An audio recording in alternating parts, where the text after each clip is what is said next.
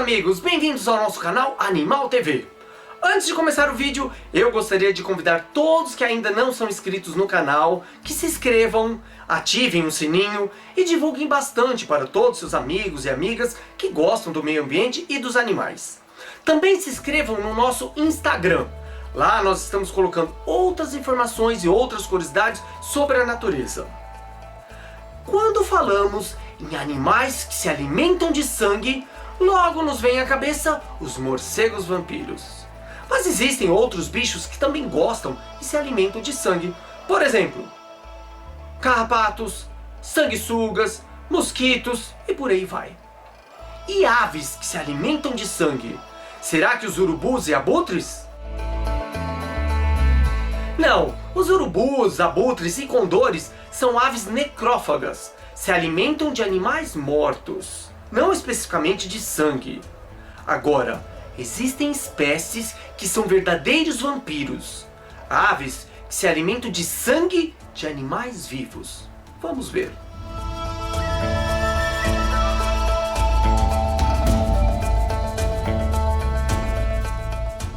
Um desses pássaros que se alimenta de sangue é o tentilhão vampiro, também chamado de tentilhão de bico duro.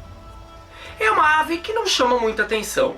Pesa menos de 30 gramas, não possui cores vivas e muito menos dentes iguais do Drácula ou garras grandes e afiadas.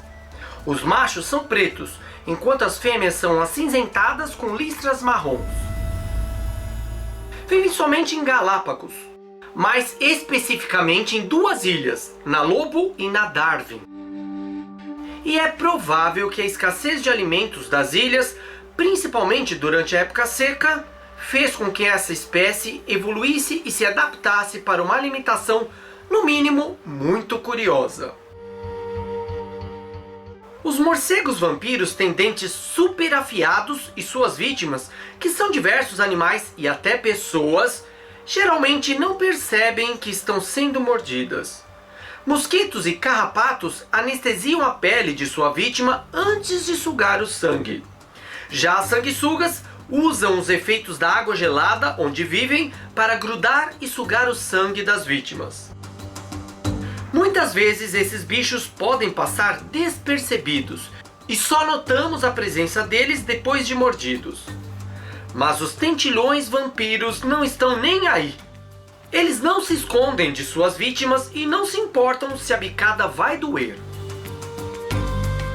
Eles simplesmente chegam em uma ave, muitas vezes bem maior que eles, por exemplo um atobá, pulam em suas costas ou ficam por baixo dela e começam a bicá-la.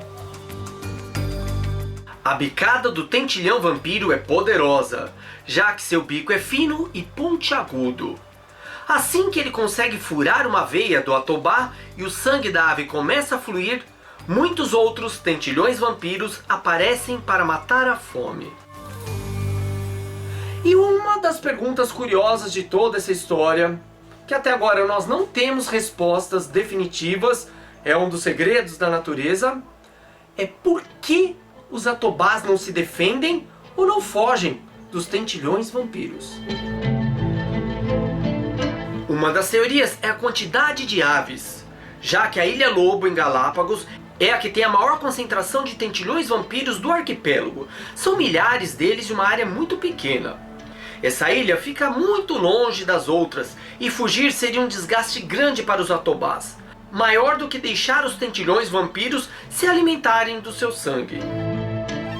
Outro fato importante é que em determinada época do ano, os atobás estão em período de procriação e têm que ficar parados chocando os ovos e cuidando dos filhotes. Eles não poderiam fugir das bicadas sangrentas. O mais fácil é deixar os tentilhões vampiros se alimentarem do seu sangue. Os tentilhões vampiros também podem predar os ovos dos atobás e de outras aves marinhas. Como seus bicos não são tão fortes o suficiente para quebrar a casca dos ovos, eles rolam esses ovos nos penhascos para que eles se quebrem e os tentilhões possam se alimentar do sangue dos filhotes mortos ou da gema e da clara. Bem, sabendo de tudo isso, vamos chegar à conclusão que os tentilhões vampiros são animais malvados e repugnantes. Mas não. É a forma que esses animais, que essa espécie encontrou para sobreviver num ambiente difícil e com poucos recursos. Ilhas no meio do Pacífico não têm muitos alimentos, e uma ferida aberta pode ser um modo importante para a sobrevivência. Além do sangue, os tentilhões vampiros se alimentam também de sementes, invertebrados e néctar das flores. Existem mais de uma dúzia diferente de espécies de tentilhões nas Ilhas de Galápagos, e cada uma desenvolveu maneiras específicas de sobrevivência. Cada espécie evoluiu com bicos de tamanhos e formas diferentes. Algumas comem sementes, outras comem insetos, e algumas encontraram formas de cortar cactos com seus bicos potentes.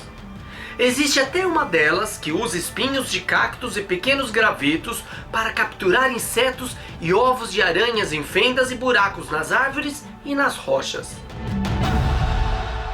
Outra espécie de ave que também se alimenta de sangue é o papagaio da Nova Zelândia, também conhecido pelo nome de Kia.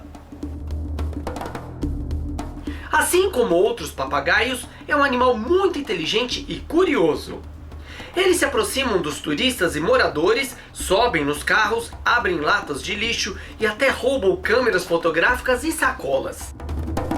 São animais onívoros, se alimentam de sementes, frutas, larvas de besouros e até de animais mortos. Vivem em pequenos bandos e muitas vezes atacam os rebanhos de ovelhas. Os papagaios da Nova Zelândia sobem nas costas das ovelhas, retiram sua lã, comem a gordura e bebem o sangue do animal. Esse comportamento machuca e afeta a saúde das ovelhas, podendo matá-las. Por isso, muitos fazendeiros perseguem e matam os papagaios. Outra espécie de ave vampira é a búfaga. Ela vive na África e se alimenta de parasitas que vivem atormentando grandes animais, como girafas, zebras, búfalos, rinocerontes e hipopótamos. Existem duas espécies de búfagas, a búfaga de bico amarelo e a búfaga de bico vermelho. Elas têm tamanho próximo, com 20 centímetros de comprimento. São marrons e têm bicos largos e garras afiadas.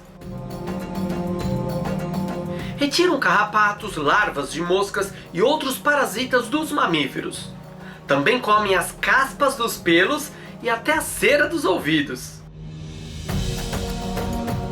Além disso, elas podem avisar os animais sobre um predador que se aproxima. Quando percebe um perigo, a búfaga canta alto, dando som de alerta. Isso é uma ajuda mútua, muito legal.